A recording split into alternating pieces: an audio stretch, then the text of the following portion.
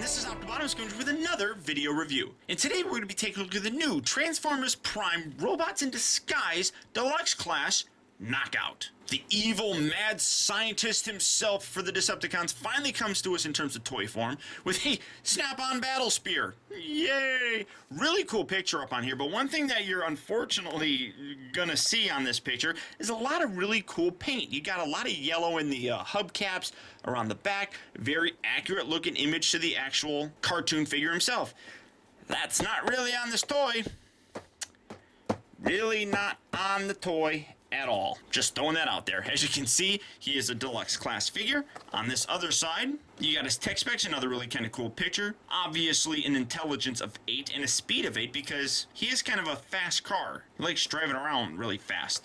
Spinning around here on the back, obviously his sports car mode. Other characters in Transformers Prime. Now, they really got this guy all transformed weird. Number one, the instructions are terrible for transformation on this guy. And then on top of that, everything, it just looks really weird how he's done. I mean, that's really ugly. Coming up here to the top, you see that Knockout is Oily Slick, the ultimate salesman. Everyone knows his weapons are dangerous and prone to malfunction, and his installation methods often leave Decepticons scarred or crippled. But who can resist having quantum disintegration at his fingertips? Basically, I mean, when it comes down to it, he sounds like an evil version of Wheeljack, which is really kind of cool. Now, this figure has gotten a lot of hype, if you ask me. A lot of people have really been looking forward to this toy, mostly because a lot of people really do enjoy the character of Knockout. But the question is, does the toy live up to those same standards? Well, let's get this guy open and see how cool he actually is. Alright guys, so here we have Knockout opened up and out of its packaging. Now, first thing that everybody is mentioning whenever they review this guy is he is a very small figure. I mean, really tiny. Now, for a size comparison, here he is, and here's the new Deluxe Class Hotshot, which is basically just a repaint in a different head of the RiD Bumblebee, a figure that you guys probably already have. As you can see, there is, I mean, it's tiny. I mean, it's even smaller than Bumblebee. I mean, check that out. That's really small and definitely thinner. Just to kind of give you an idea, and let me line this up right here. I mean, you can definitely see that there's a lot of extra girth to the Bumblebee figure that Knockout just does not have. I mean, this is just very small. That's probably one of the biggest downfalls about this figure. Now, people have complained about the paint and how it's lacking paint applications, and really it is, and it is pretty dull in terms of the paint. But for me, the size on this just is really kind of laughable. I really am not a fan of the size on this figure. For the most part, the paint isn't ridiculously terrible. It's not all that accurate either. I mean, he definitely is lacking some yellow here in the rims, and to my knowledge, he doesn't have this two-tone red color going on the show. One other bit that really does aggravate me is that bit right there. That being red really bugs me. It just sticks out like a sore thumb, if you ask me, and it's just kind of ugly. Now, in terms of his weapon, here's his little spear thing, which you can separate into two different kind of weapons, but you got this little peg right here. You got two little holes on both sides, which those bug me as well, because I hate them when they stick out like that. It just really kind of makes everything kind of look bulbous, and I don't like it. That can actually peg inside there, and then it can, you know, move up and down if you want. If you're going to put pegs in different Transformers and things of that nature, I really wish that they would do it like this, where you can peg it in, you take it out, and look, the hole is now covered up. That bugs me. And they're doing that with like the ARMS Micron releases, which are the Takara kind of repaints, which are nothing more than just added stickers to these figures. Now, don't get me wrong, I do understand that he is a sports car, so he's supposed to be smaller and faster. Now, he does get bigger in robot mode, and that's a little bit better if you ask me. But the transformation is easy except for his arms, and the instructions are really terrible. I mean, they're just terrible. So to transform him, just take this section here, loosen this, and then just pull this out just like so. These are going to be obviously his legs. Take this, rotate this around, do that on both sides, and then these little bits right here fold down and rotate, and bada boom, bada bing, there you have his feet. And those aren't too bad. Now, this is where things kind of get a little bit janky. You kind of have to take these and separate these. These are going to become his arms. Separate this, rotate them out so it's like that. Come around here, angle this up, and then these are going to rotate around so that now the wheels are going to be in the inside just like that. Do that on this side as well. Kind of just get the arms out of the way. Take this, fold this down. You got his little head. That folds. Take these bits, fold these out, rotate this down, and watch out for his head. There you go. And then this section here, this is on a double hinge. You need to fold this out, and then in doing so, you're going to pop his head out, and oh, there it is. Hello, head. Yeah, get that out of the way. Rotate this down. And then you have a little tab right here. It's going to plug right inside there. And then pretty much this is, believe it or not, this is probably how the instructions actually tell you to do it. These are his arms. They'll probably tell you, oh, ow, I didn't mean to do that. Get back on there. So they probably would tell you that these are his arms. If you look at the instructions, this is how it tells you to put his arms, which is really dumb. So what you actually need to do, lift these up, rotate these down and around so it's inside there, and then fold these in. So this door is on the outside for his arm. Again, to do that, you want to fold out his hand. This is going to rotate around, spin this around, and then fold it back in, and then bring these up, getting the hand out of the way. Hopefully you could actually kind of see that. I know I went kind of fast, so I do apologize. Fold this head out, and the actual back of the box shows you to leave it like this. This is how they tell you to do it. These actually fold in and they clip on the side kind of here. But this is about it for his transformation. Kind of just nuzzle that back up here. These little bits kind of slot on here, and you have it like that. Well, the actual transformation, it tells you to like do it like this. Now that'll keep his wheels up like this, but that's not how his chest really should look, and that's really kind of derpy.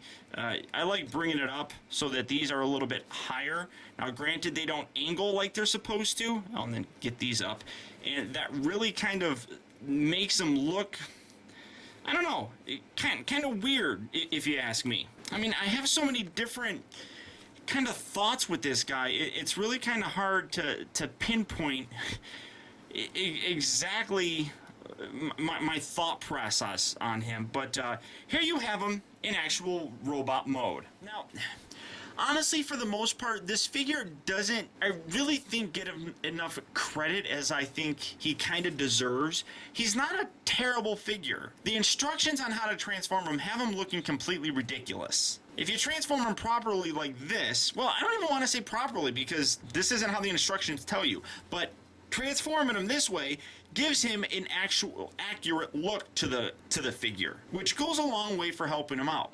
I guess my biggest problem is the chest on him.